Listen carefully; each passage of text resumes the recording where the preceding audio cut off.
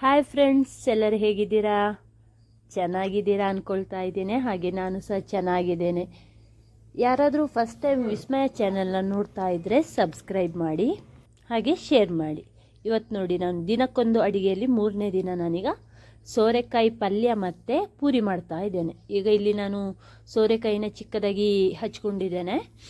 ಜೊತೆಗೆ ನಾವು ಈಗ ಒಗ್ಗರಣೆ ಹಾಕ್ತಾ ಇದ್ದೇನೆ. ಒಗ್ಗರಣೆಗೆ ಸ್ವಲ್ಪ ಎಣ್ಣೆ, ಸಾಸಿವೆ, ಉದ್ದಿನ ಬೇಳೆ ಹಾಕಿ ಚೆನ್ನಾಗಿ ಪಟ ಅನ್ನಲಿ. ಸ್ವಲ್ಪ ಕಲರ್ ಚೇಂಜ್ ಆಗುವಾಗ ಈರುಳ್ಳಿ ಮತ್ತು ಮೆಣಸು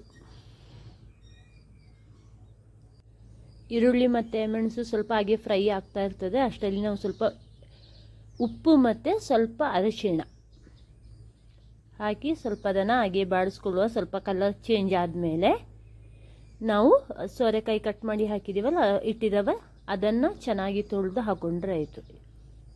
ನೋಡಿ ಹಾಕಿ ಇದಕ್ಕೆ ನೀರು ಜಾಸ್ತಿ ಹಾಕಬೇಕು ಅಂತ ಏನಿಲ್ಲ, ಒಂದು ಅರ್ಧ ಗ್ಲಾಸು ಸಾಕು. ಅರ್ಧ ಗ್ಲಾಸ್ ನೀರು ಹಾಕಿ ಹಾಗೆ ಮುಚ್ಚಿಟ್ರೆ ನಮ್ಮದು ಸೋರೆಕಾಯಿ ಪಲ್ಯ ರೆಡಿ ಆಗ್ತದೆ. ಒಂದು 1/4 ಗಂಟೆ ಬೇಯಬೇಕಿದು. ಇದು ನೋಡಿ, ಈಗ ಒಂದು 1/4 ಗಂಟೆ ಆದಮೇಲೆ ಚೆನ್ನಾಗಿ ಬೆಂದಿದೆ. ಅದರದ್ದೇ ನೀರು ಸ್ವಲ್ಪ ಬಿಡ್ತದೆ. ನಿಮಗೆ ನೀರು ಬೇಕು ಅಂದರೆ ಸ್ವಲ್ಪ ನೀರು ಹಾಕ್ಕೊಳ್ಳಿ, ಇಲ್ಲಾಂದರೆ ಬೇಡ. ಇದೀಗ ಪಲ್ಯ ರೆಡಿಯಾಗಿದೆ. ಬೇಕಾದರೆ ನೀವು ತೆಂಗಿನ ತುರಿ ಸಹ ಹಾಕ್ಬೋದು.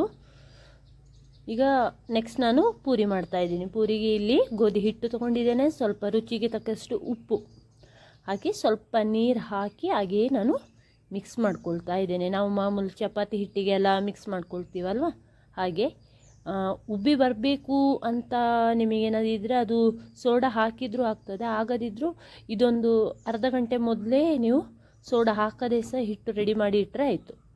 ನಾನೀಗ ಇಲ್ಲಿ ನೋಡಿ ಇಷ್ಟು ಪೂರಿಯನ್ನು ರೆಡಿ ಮಾಡಿದ್ದೇನೆ. ಈಗ ಎಣ್ಣೆಯಲ್ಲಿ ನಾನು ಪೂರಿ ಮಾಡ್ತಾ ಇದ್ದೇನೆ.